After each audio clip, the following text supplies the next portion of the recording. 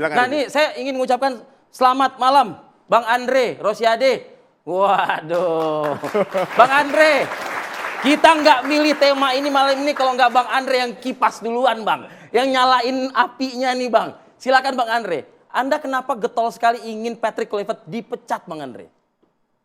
Jadi gini, ini harus dipahami ya, saya ini menyampaikan call tinggi bahwa Patrick Kluivert itu dipecat kalau tidak lolos Piala Dunia. Itu dulu nih.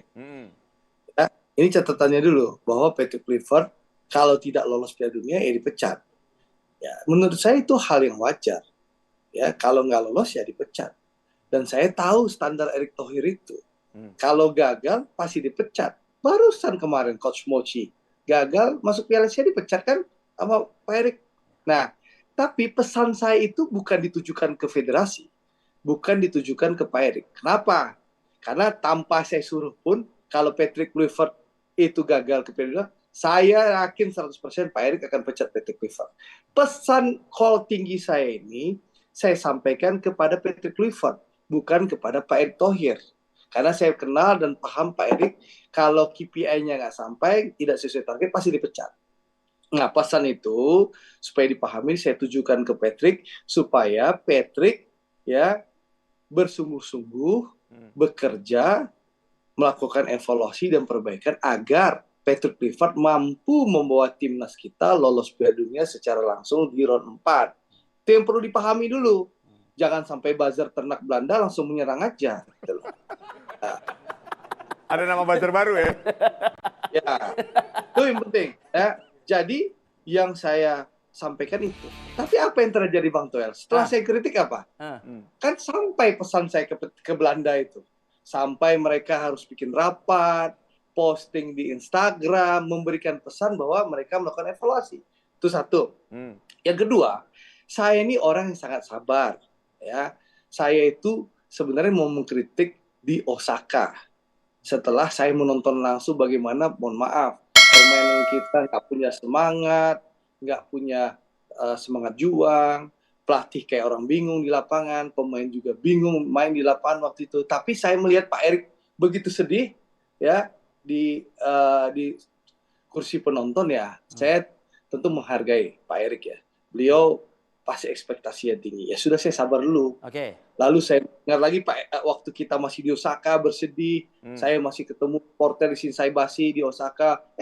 Kawan ini yang nama Patrick Kluivert bukan melakukan evaluasi, dia langsung menikmati jalan-jalan di Kyoto. Bang Andre, saya masih sabar itu. Ya. Saya masih sabar. Waktu itu berminggu-minggu kemudian baru saya menyampaikan, saya melihat kok tidak ada evaluasi, kok tidak ada pressure agar supaya lebih baik lagi. Bahkan yang ada buzzer-buzzer bekerja melindungi. Nah, tentu sebagai pecinta bola yang ingin Indonesia lolos di Piala Dunia, apalagi ini kan tinggal 180 menit nih. Baik Bang Andre. Ya, tentu saya call tinggi supaya Patricknya sadar bahwa ada harapan rakyat Indonesia. Begitu loh. Oke, poin kita tangkap tuh maksudnya gitu. Jadi nunggu lolos dulu, ada hasilnya seperti itu. Tapi menurut Anda, Bang Pange atau Bang Toel bisa komentari pernyataannya Andre sih sebetulnya. Ini benar-benar secara pernyataan profesional dari seorang Andre Rosiade atau ada semacam kayak hard feeling dari kebijakan Kluivert gitu misalnya? Menjurus ini. Boleh, silakan. Bung Pange.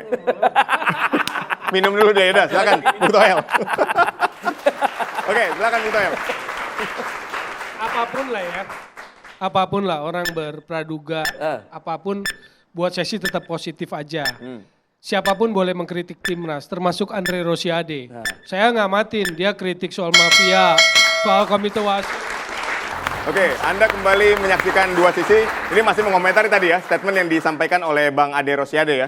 Saya ingin ke Bung Toel. Tadi kan disampaikan ketika bagaimana penampilan timnas kita ketika di Osaka di bawah asuhan Kluivert dan ketika kalah dengan skor yang besar, Kluivert malah bukan melakukan evaluasi, malah jalan-jalan. Ini kan yang tadi disoroti. Menurut Anda seperti apa? Ya, Andre kan udah bilang tadi bahwa dia call tingginya untuk Patrick Kluivert gitu loh.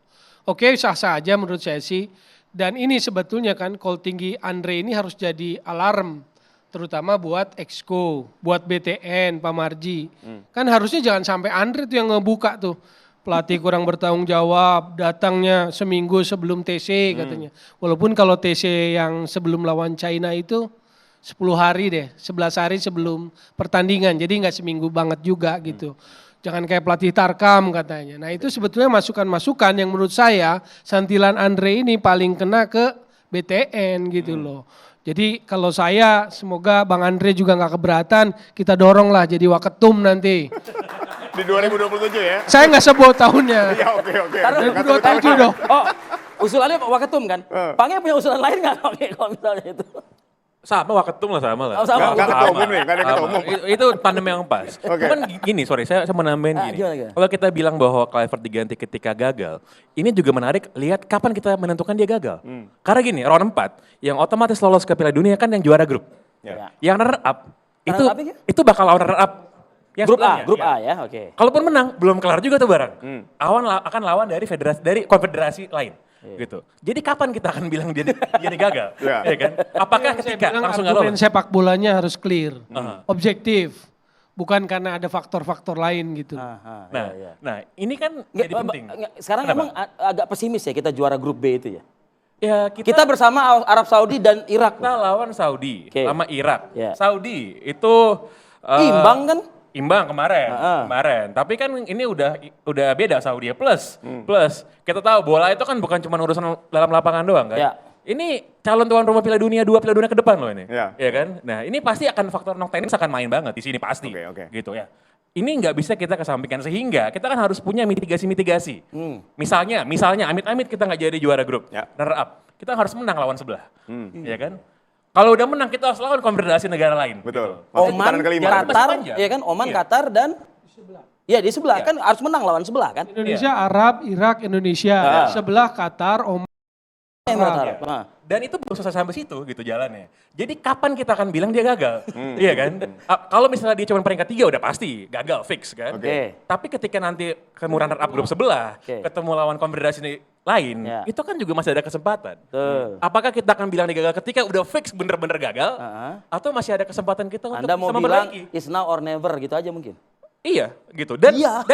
dan saya rasa nggak ada perdebatan soal kalau gagal dipecat atau enggak ya udah pasti kalau itu mah. Itu nggak usah diomongin lagi kalau itu. Udah pasti. Oke. Baik, saya saya ke ke- Waketum. oke. Belum ya. Belum. Oh sorry, mohon maaf loh. Oke. Silakan Oke, Dok. saya ingin ke Bang Andre. Bang Andre, ini kan selain penampilan dari Kluivert sendiri di 4 pertandingan, netizen nih, kita ngomongin netizen. Netizen kan ngomong ya bahwa ini karena Bang Andre ini kecewa bahwa Arhan ini tidak dimasukkan ke daftar susunan pemain di 4 pertandingan oleh Kluivert. Bener nggak sih Bang?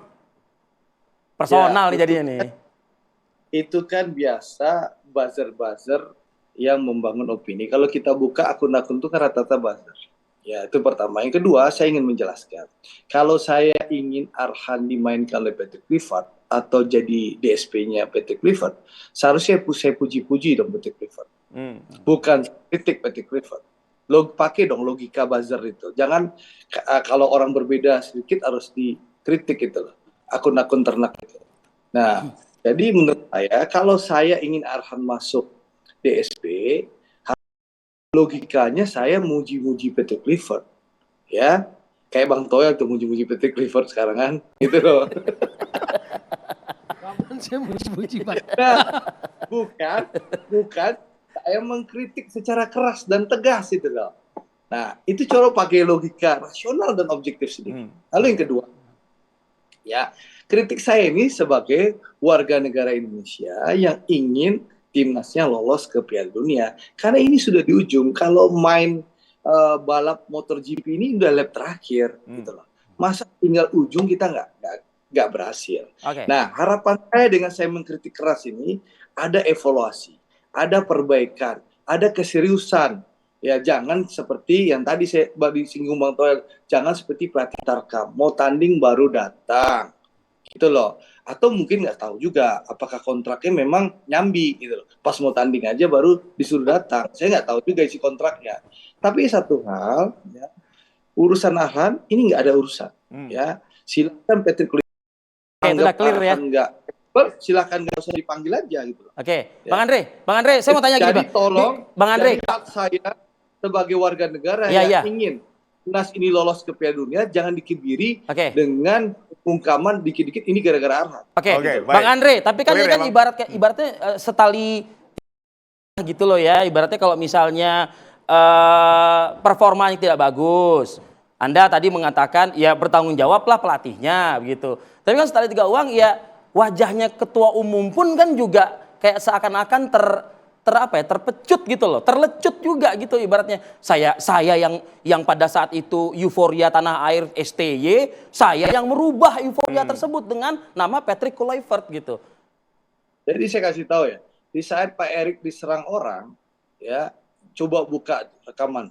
Di saat Pak Erik diserang orang gara-gara ganti STY, salah satu yang bela Erick Thohir itu melakukan pergantian pelatih namanya Andre Rosiade. Ya. Tolong jangan lupakan itu loh. Soal itu satu. Yang kedua, sekali lagi ya, mengkritik itu hal yang wajar.